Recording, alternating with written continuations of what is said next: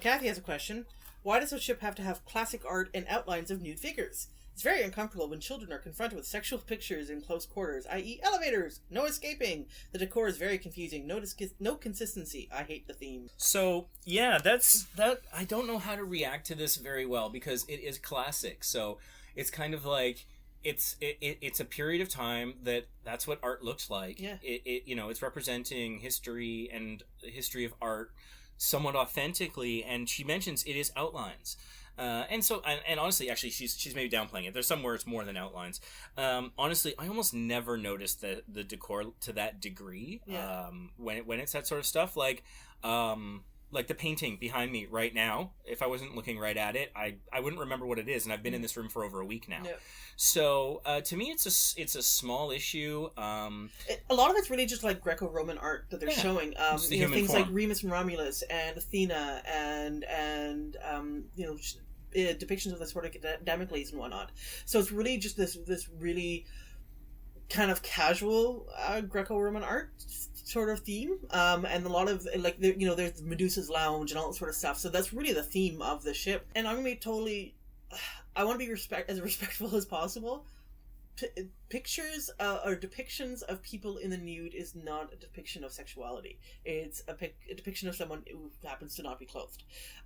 There's a very, very, very important and distinct difference between the two. Yeah, there's no sexual acts that I can tell going on in the pictures. And as someone who comes from an artist family, my grandfather was a somewhat well-renowned artist in Germany. And my biological father, he's an artist as well. My mom's an artist. I dabble in art. It's really important that I help people understand that when I'm confronted with this topic, which fortunately isn't all that often, that we help to kind of educate people about that. There's a difference between nudity and sexuality. There happens to be some brief glimpses of nudity. There is zero sexuality. And if there's people who disagree with that, and that's totally your prerogative. I'm not going to tell you that you're wrong for having the reactions that you're having or feeling the way you're feeling. I disagree with you. The majority of the art community will disagree with you, but that's just what it is, right? I think it's pleasant. I think it's really nice. I actually found the consistency. Okay, there was this weird Buffalo Bill thing that I'm just like, why is there Buffalo Bill in amongst all this Greco-Roman stuff? That I thought was kind of weird, and that's where there was some inconsistent art.